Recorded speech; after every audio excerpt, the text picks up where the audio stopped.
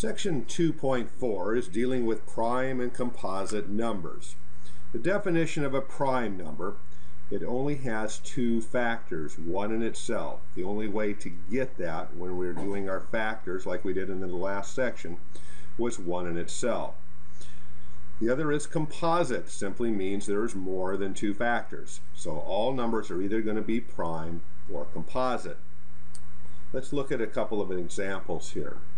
If I have the number 7, the only factors that go into 7 evenly are going to be 1 times 7. 10 is a composite number. 7 was prime. 10 is composite because I could have 1 times 10, and since it's even, 2 goes into it, 2 times 5. So 7 is going to be an example of a prime number, 10 is an example of a composite number. So let's start listing some of the most common prime numbers that we're going to be using. So if I'm writing out all of the numbers here on kind of a typical, tree here, just list a couple of rows here. You can make one of these into your notes. It's not a bad little cheat sheet to have when you're checking these prime numbers. So we're just going to make the first couple of rows of a number table to kind of have an example here. Okay, so we don't really count 1. It's neither prime or composite, so we don't even worry about that. So the first number on our list here is 2. Well, 2 is a prime number, so I'm going to circle that because the only way to get 2 is 1 times 2.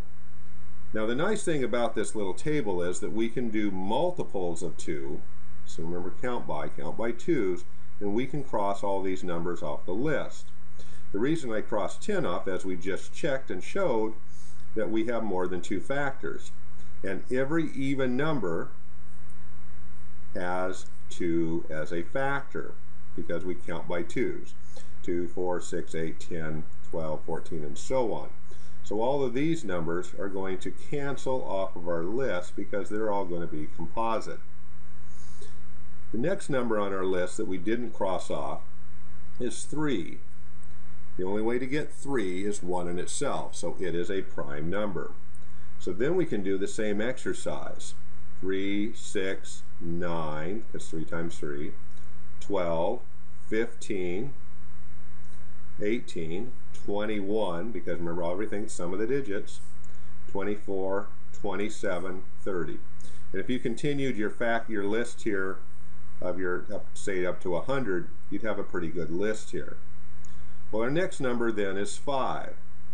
Well, the only way to get 5 is 1 in itself, so it is a prime number, so I'm going to circle it. And then we do the same type of exercise. 5, 10, 15, 20, 25, 30, 35, and so on if you wanted to keep going. Next number, 7. We've already shown that it's a prime number, so it's going to get circled. 7, 14, 21, 28, everything's crossed off already. And the rest of these, it's just kind of a shortcut here for video time, all of these are examples of prime numbers. Okay, there are 25 prime numbers in the first 100.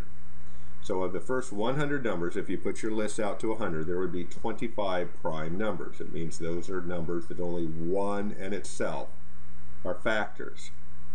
So let's do some more exploration in this and see how this really works.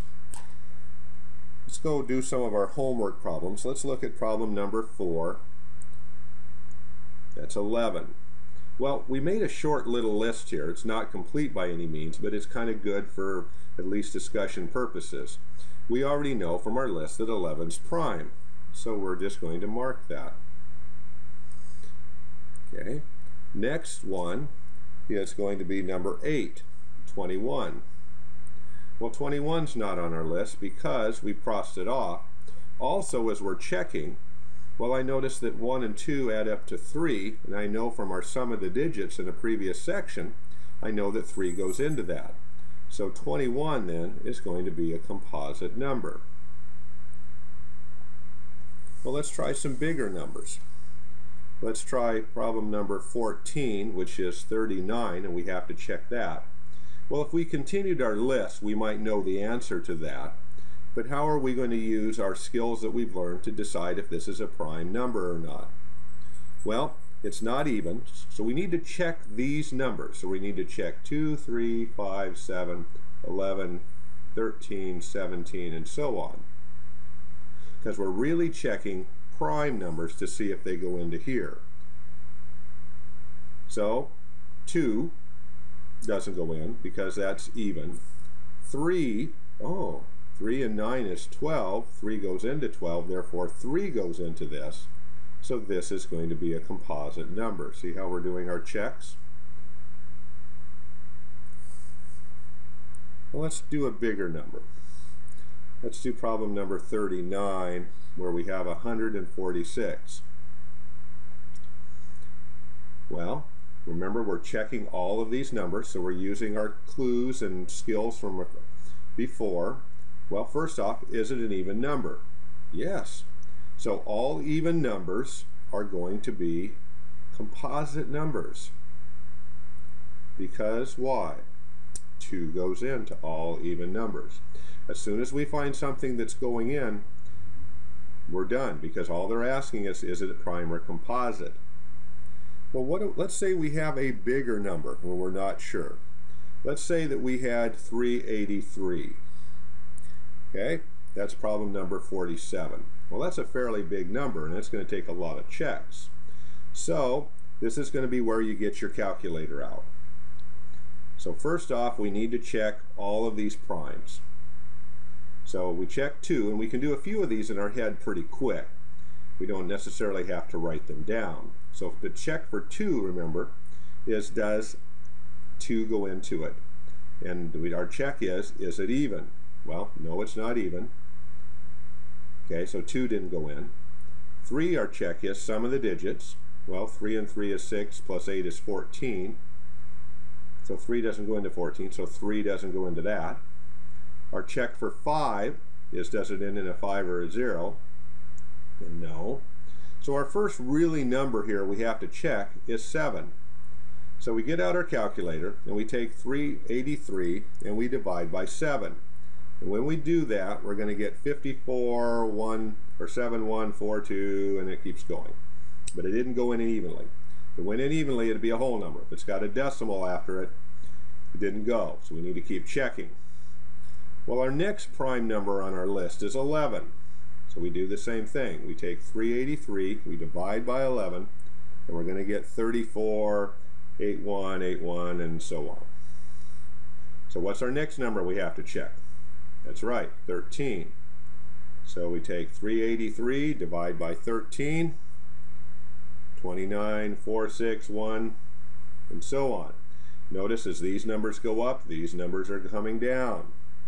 So our next number on our list, 17. 383 divided by 17. Going to get 22, 52, 94, ... Okay, still no whole numbers here, so we have to keep going. Next number on our list is 19. Okay, 19 is going to be 20.157, ... Okay, now our next check is going to be 23. And we already have a smaller number on our list that's under this. So as soon as we get to that, we're all done. So we have checked everything we needed to. And now 383 then is going to be a prime number. This is how we do all of these numbers that are larger. Some of the earlier ones we can just do quickly in our head, but as they get larger, we need to do this method. We need to check all of the prime numbers. The first 3, the 2, 3, and the 5 checks, you can just do with our little simple checks that we've learned. Is it even? Sum of digits. And then ends in a 5 or a 0.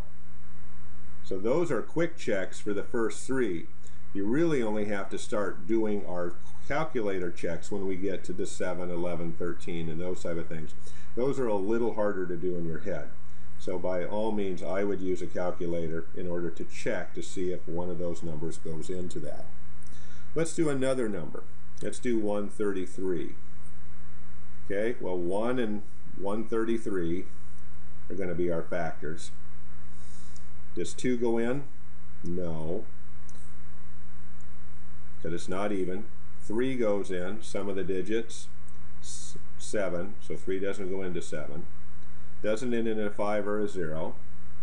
So the first number I just have to check on my calculator is 7.